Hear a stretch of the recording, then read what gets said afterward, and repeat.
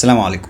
انا بجد متضايق جدا وعندي concerns كتيرة جدا على الحالة اللي وصلت لها معلومات التغذية والمعلومات الطبية على السوشيال ميديا، علشان الانترنت دلوقتي بقى عبارة عن مهبدة كبيرة وغالبا شغالة بالاي اي. مش شغالين بقى فقرة هل تعلم بتاعة طابور الصباح دي. يمكن الفرق الوحيد هنا ان فقرة هل تعلم دي بدون اي سياق، انا مش في طابور ومحدش قال لي والان مع فقرة هل تعلم. ده غير ان ساعات بتكون المعلومة دي اللي بيقولها اصلا فاهمها غلط او فاهمها على مزاجه، ده لو فاهمها اساسا. أول شيء يجب أن نفتهمه هو أنه الزراعة ظهرت قبل 10,000 سنة فقط، بس الإنسان موجود على الكرة الأرضية أكثر من 300 ألف سنة على أقل تقدير. يعني إذا نيجي نحسبها أكثر من 95% من تاريخ الإنسان ما كان فيه شيء اسمه خضروات، ولا خبز ولا رز ولا معكرونة ولا عصاير ولا زيوت نباتية ولا أي شيء من هذه التفاصيل. كان هناك بس اللحوم، الصيد، الدهون وغيرها من التفاصيل. في حاجات كده لما بتفرج عليها بيتفتق ذهني، يعني وبتتفتح لي مدارك وابواب انا عمري ما كنت اتخيلها للعلوم الزائفة. يعني بص، الزراعة كحاجة اللي هي زراعة منهجية لمحاصيل معينة دي ما كانتش موجودة فعلا، لكن البشر كانوا بيجمعوا وياكلوا النباتات البرية قبل الزراعة ما تحصل بزمن. يعني هما كانوا بيجمعوا، على فكرة بيجمعوا ثمار وروتس اللي هي جذور نشوية وبذور وحبوب برية ومكسرات وبقول برية وأوراق وعسل كمان. فوجود الإنسان من 300 ألف سنة على أقل تقدير زي ما هو بيقول لا يعني إن 95% من تاريخه كان لحوم ودهون فقط أبدا. ده استنتاج غير مدعوم بأي دليل، يعني بالعكس ده عكس الدلائل المدعومة بالآثار والأنثروبولوجيا نفسها. فالكلمتين دول فيهم غلطات كتير جدا وإحنا هنفصصهم دلوقتي. أول خطأ فكرت فيه هو كلمة مفيش خضروات اللي هي اتقالت، دي غير صحيحة بالمرة. اللي ما كانش موجود قبل الزراعة هو الخضروات والمحاصيل الداجنة أو يعني بشكلها الداجن اللي احنا عارفينه. لكن طبعا النباتات المأكولة نفسها كانت موجودة ومتوفرة. قبل الزراعة نفسها كان في نباتات برية مأكولة. وخليني أقول لك إن الآثار الدقيقة اللي على جير الأسنان وفي الأدوات الحجرية نفسها أظهرت بوضوح استهلاك نشويات ونباتات متنوعة كمان. الكلام ده كله عند قبائل ما قبل الزراعة. الدراسات على بقايا الأسنان وعلى الأدوات الحجرية وثقت حبيبات نشا ومخلفات نباتية عند الصيادين والجامعين قبل الزراعة نفسها بوقت طويل جدا. تاني خطأ هو الادعاء ان كان كل اللي موجود عبارة عن صيد ودهون ولحوم وبس، عشان ده بيتعارض مباشرة مع الأدلة الأثرية نفسها. يعني في دراسة PNAS سنة 2010 ظهر فيها معالجة نباتات نشوية وطحنها قبل 30 ألف سنة على ادوات حجريه، يعني قبل الزراعه بزمن طويل جدا. ودراسه تانية في PNAS برضو سنه 2018 اظهرت خبز شبيه بالخبز المتعارف عليه لكنه مصنوع من حبوب ونباتات بريه عند الصيادين الجامعيين. الكلام ده كان قبل الزراعه بحوالي 4000 سنه، قبل بدايه الزراعه المنظمه يعني. وده معناه ان البشر مش بس كانوا بياكلوا النباتات، لا دول كانوا بيعملوا لها معالجه كمان، يطحنوها ويخبزوها من قبل ما يكتشفوا الزراعه. ثالث خطا هو استخدام فكره عدم وجود خبز ورز ومكرونه لاثبات عدم وجود كربوهيدرات او نباتات اصلا. دي مغالطه صريحه بقى. يعني صحيح ان الرز المزروع والمكرونه والخبز الزراعي المعتاد منتجات جديده تاريخيا فعلا، لكن ده لا يعني بالضروره ان البشر ما كانوش بياكلوا كربوهيدرات. وده عشان الكربوهيدرات كانت موجوده اوريدي حواليهم في كل حته، كانت موجوده في الجذور والثمار والعسل والبذور والحبوب البريه. يعني هم كان حواليهم مليان كربوهيدرات على فكره. ده حتى يعني بعض المجموعات الحديثه من الصيادين الجامعيين زي الهادزا دول كانوا بيعتمدوا على طيف واسع جدا من الاطعمه البريه، كان بيشمل العسل والثمار والتوت جنب اللحوم، ما كانش لحوم بس. رابع خطا معانا هو تصوير الصيد على انه هو الوسيله الوحيده والمصدر الوحيد للطعام. واضح جدا من كل اللي انا قلته قبل كده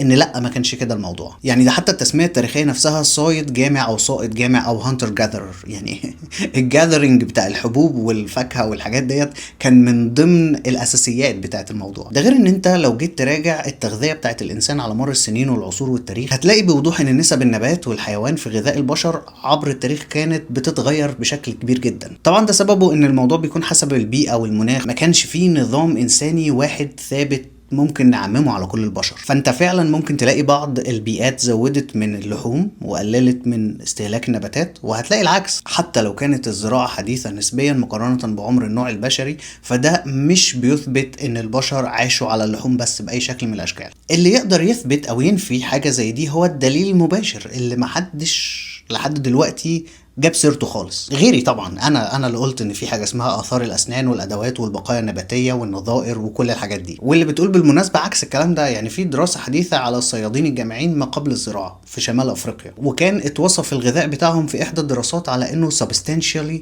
plant-based component. اللي نقدر نقول عليه ان هو حصل ان الزراعة زودت الاعتماد على عدد اقل من انواع النباتات، اوجدت اطعمة جديدة وزودت من الوفرة بتاعت الاطعمة دي. ولكن الزراعة ما عملتوش بقى انها تخترع فكرة اكل النباتات. فكرة اكل النباتات دي ما اخترعتش مع الزراعة، دي كانت موجودة من قبل الزراعة. حمض المعدة عند الإنسان اللي يقارب 1.5 pH، الحمضية مالته تكون 1.5، وهذا قريب من الحيوانات اللي تاكل اللحم مثل النسور اللي هو يعتبر أكثر حامضية عند الحيوانات كلها، وحتى الإنسان يعتبر أكثر حامضية من القطط والكلاب اللي تعتبر حيوانات لاحمة، وخاصة فصيلة الأسود اللي تعتبر مثال واضح جدا للحيوانات الآكلة اللحوم. فالإنسان مقارنة بالأسود مثلا يعتبر المعدة مالته تعتبر أكثر حامضية من الأسد نفسه اللي هو يعتبر حيوان كارنيفور. طيب مقارنة الحموضة مع الحيوانات اللاحمة دي مقارنة مبسطة بشكل غير دقيق وخاطئ وغير لائق. يعني لو جينا نبص للدراسات بتاعة المقارنة هنلاقي فيها ان الحموضة العالية بترتبط بالحماية من الميكروبات، مش بس اكل اللحوم. يعني اكل الجيفة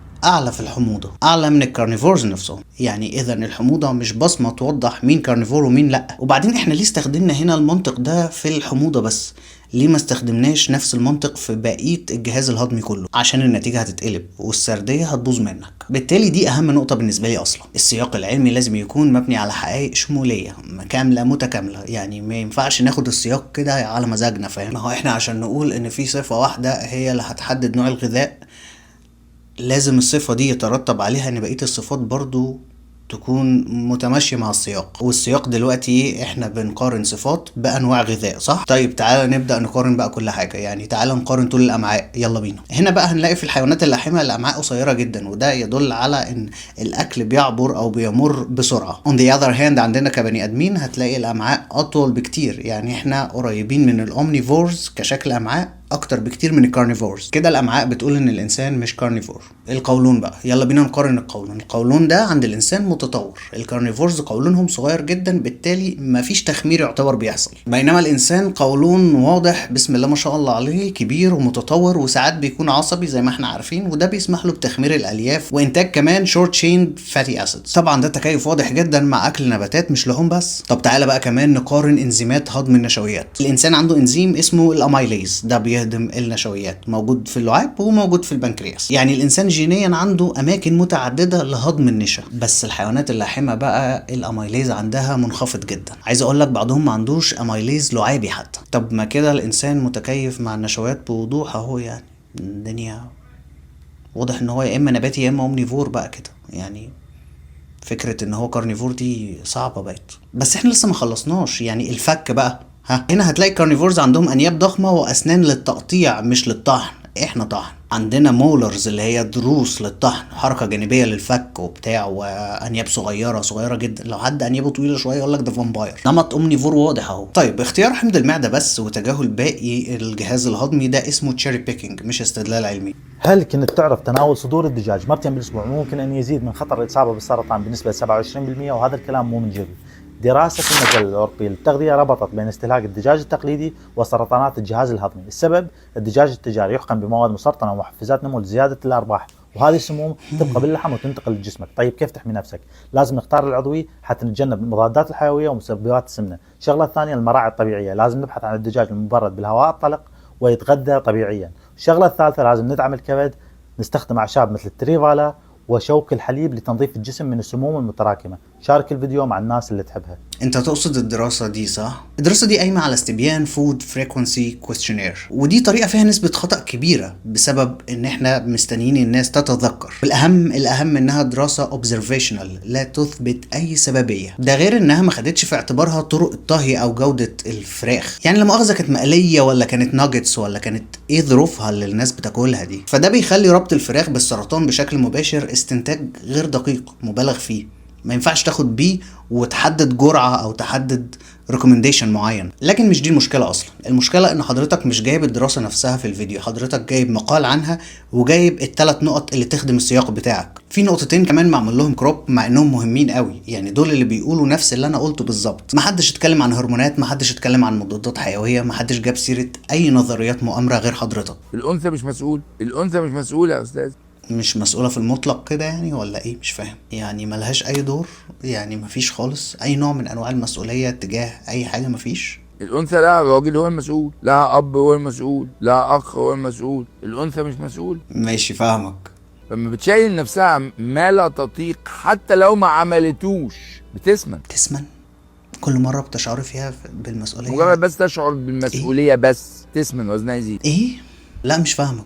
خلاص كنت فاهم ما بقتش فاهم. يعني ايه بتشعر بالمسؤولية فبتسمن؟ عيشي أنوثتك باتزان مع تدريبات السمنة. رابط الاشتراك في البايو. كل مرة بتشعري فيها بالمسؤولية انتبهي ان انا مش مسؤولة، يعني علشان المسؤولية هاي كارب تقريبا او بتبوظ سعرات بقى، مش عارف. حوار التوتر والاسترس وتأثيره على الوزن وانماط الاكل بشكل عام ده انا فاهمه كويس قوي، لكن في فرق بين محاولتنا للتخفيف من التوتر او تخفيف تأثيره علينا. لانك مش دايما هتقدر تتحكم في البيئة اللي حواليك، ولكن تقدر ساعات تتحكم في الطريقة اللي انت ممكن تتلقى بيها الاسترس اللي حاصل لك. وبين محاولة اصطياد الطرف الضعيف من جندر معروف عنه انه حساس اكتر برسالة مش صحيحة وفارغة من السياق. يعني التوتر فعلا ممكن يزود الوزن عند الجنسين، وممكن الستات فعلا تتأثر هرمونيا اكتر بالتوتر، لكن المشكلة مش في المسؤولية خالص، المشكلة في التوتر نفسه مش في المسؤولية ككلمة. يعني تخويف الستات من ان هم يتحملوا المسؤولية بحجة الوزن ده هبد ملوش اي اساس بصراحة. اكثر وجبة مفيدة على كوكب الارض الأكل المفيد. ما هو أكثر أكلة أرد عليك؟ هي الأكلة التي لم تأكلها أصلا من بابه. يعني إحنا مش هنخوفك من الأكل أكلة، لا إحنا هنخوفك إن أنت تفتح بقك أساسا. أنا مرأة حديدية، أنا مش محتاجة راجل في ظهري، وبتقولي محدش يضمن لي الأمان إلا أنا. تلاقي نفسك بتشتكي من تكيس المبيض. طب والحل؟ الحل دايما جواكي. لو عايزة تعرفي أكتر سجلي في الرابط أو اكتبي مهتمة وهنتواصل معاكي. انا نفسي افهم السايكوسوماتيك سيمبتومز دي لو ممكن نترجمها للرجاله هتكون بتترجم ازاي وفي امراض ايه؟ يعني ايه اللي هيحصل بالظبط؟ اشمعنى الستات بيحصل لهم كده؟ يعني بالمناسبه الكلام ده مفيش اي دليل عليه ابدا. وبالمناسبه برضو احنا لو خلينا الحياه سواء للرجاله او للنساء فارغه تماما من المسؤوليه والمشاعر السلبيه تماما، دي مش حاجة كويسة خالص، وهتجيب امراض نفسية برضو عادي جدا. يعني انا هحاول ان انا اصيغ الكلام باحسن صيغة ممكنة. مفيش أسس علمية هنا مبني عليها الكلام ده خالص. أنا مهما عملت مش كفاية، أنا عايز أحافظ على اللي بحبهم. ده اللي انتي بتقوليه جواكي على طول. الثدي بيمرض لما العطاء يبقى إلزام والحب بقى واجب، وبدل الأمان يسكن الخوف. طب والحل؟ انتي عارفة ان الحل دايما جواكي. لو عايزة تعرفي أكتر سجلي في الرابط أو اكتبي مهتمة وهنتواصل معاكي. أنا آسف والله آسف. ثديك لو مرض بعد الشر يعني صعب قوي حاجة جواكي تصلحه. ظهر ورم لا قدر الله، مفيش حاجة جواكي هتكون هي الحل. الحالة النفسية لها عامل على الاستشفاء ولها عامل للمرض. أنا فاهم ده كويس وعايزك تبقي فاهمة ده كويس برضو، بس أنا عايزك تتخيلي معايا لو في إحساس معين أول ما يحصل على طول هيجيلك مرض. كارثة صح؟ يعني حاجة تعيشك في خوف من ان انتي تشعري ببعض المشاعر، صح؟ كارثة حقيقية، بس ده مش حقيقي بقى. يعني هو مفيش الكلام ده. 3 مشاعر لو عندك يؤدوا إلى تكيس المبايض. 1، انت ست عايزة تكوني ب100 راجل، ماشية كده في الحياة عايزة تسيطري على كل حاجة، حابة ان كل حاجة تمشي اندر الكنترول بتاعك. 2، حاسة ان انت عايزة تدي كتير ومش عايزة تاخدي حاجة خالص، او عايزة تاخدي ومش عارفة تطلبي من اللي انت عايزة تاخدي منه اللي انت عايزاه. 3، رافضة لأنوثتك او أمومتك، هتعملي تكيس مبايض. انا بدأ يتكون عندي احساس ان احنا محتاجين عودة للنظام الابوي بتاع الستينات والسبعينات علشان يكون هو حل للسمنة وتكيس المبايض. بص يا ست الكل، هنتخيل دلوقتي ان انت بتتفرجي ولقيتي ال3 مشاعر دول عندك دلوقتي حالا، والفيديو اهو اتقفل بكلمة انهم لو عندك هتعملي تكيس مبايض. ده اللي اتقال خلاص كده، انت اتحكم على حضرتك دلوقتي بتكيس مبايض علشان في 3 مشاعر لقيتيهم عندك. طيب فكده احنا ال3 مشاعر دول هنضيف عليهم الخوف، لانك لو مصدقه الكلام ده ومش خايفه تبقي اكيد تعبانه في دماغك. فاحنا بقى هنضيف عليهم الخوف وهنروح نشوف صناع المحتوى اللي بيقولوا النوعيه دي من الكلام، واللي برضو اللي احنا اللي هو بنصدقهم، وهنشوف هيقولوا ايه على الخوف. يعني الخوف ممكن يسبب ايه ونصدقهم برضو، وناخد كل المشاكل والامراض اللي هتحصل من 3 أو 4 مشاعر دول، هم خلاص بقوا 4، وترجعي لي بقى اقول لك روحي للدكتور يا ماما، روحي للدكتور يا حبيبتي، وما تاخديش نصايح طبيه ابدا من الانترنت ولا السوشيال ميديا ولا انستجرام ولا الفيديو ده. لو انت بتحسي انك مصدقه حاجات زي دي في امراض وحالات طبيه، اقفلي السوشيال ميديا. حزن بيأثر على القلب بأكيوتلي بروكن هارت سيندروم، القلب المكسور. It's a true thing.